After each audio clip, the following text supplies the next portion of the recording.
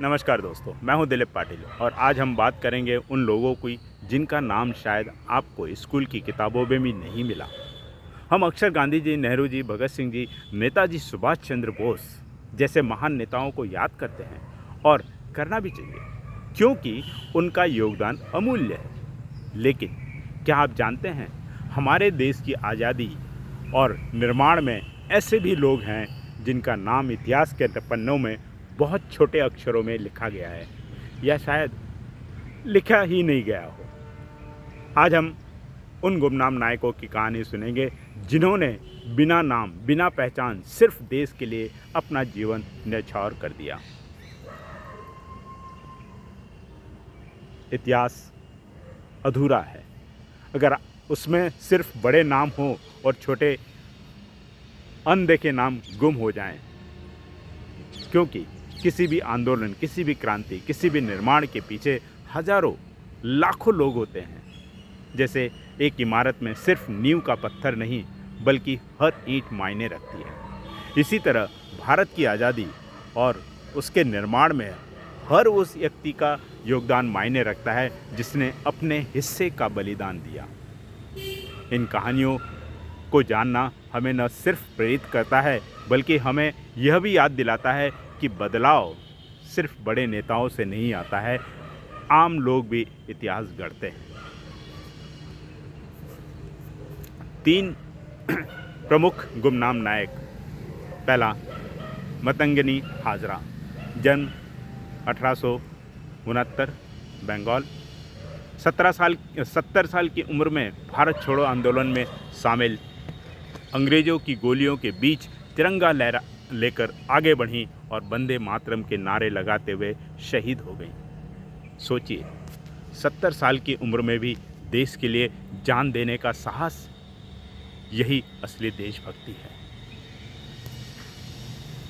दूसरा, पिंगली वेंकैया, भारतीय राष्ट्रीय ध्वज के डिज़ाइनर।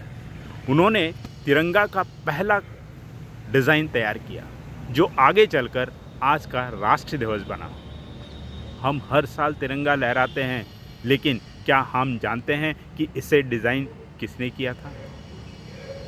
तीसरा, विनोदानी दास, उड़ीसा की स्वतंत्रता सेनानी, कई बार जेल गई, महिलाओं के आंदोलन में शामिल किया, शिक्षा और स्वतंत्रता के लिए पूरी ज़िंदगी संघर्ष किया।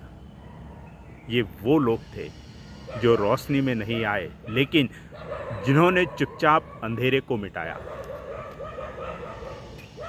कई बार इतिहास राजनीति, मीडिया और समय के हिसाब से लिखा जाता है। कुछ नाम इसलिए बड़े बनते हैं क्योंकि वे प्रतीक बन जाते हैं, और कुछ इसलिए छोटे रह जाते हैं क्योंकि उन्होंने कभी शोहरत ही नहीं चाही। लेकिन असल में जो बदलाव लाते हैं वो हमेशा सुर्खियों में होते हैं। हमारे ऊपर जिम्मेदारी है कि हम इनकी कहानियाँ आने वाली पीढ़ी तक पहुँचाएं। दोस्तों, देशभक्ति सिर्फ 15 अगस्त और 26 जनवरी को झंडा फहराने से नहीं होती।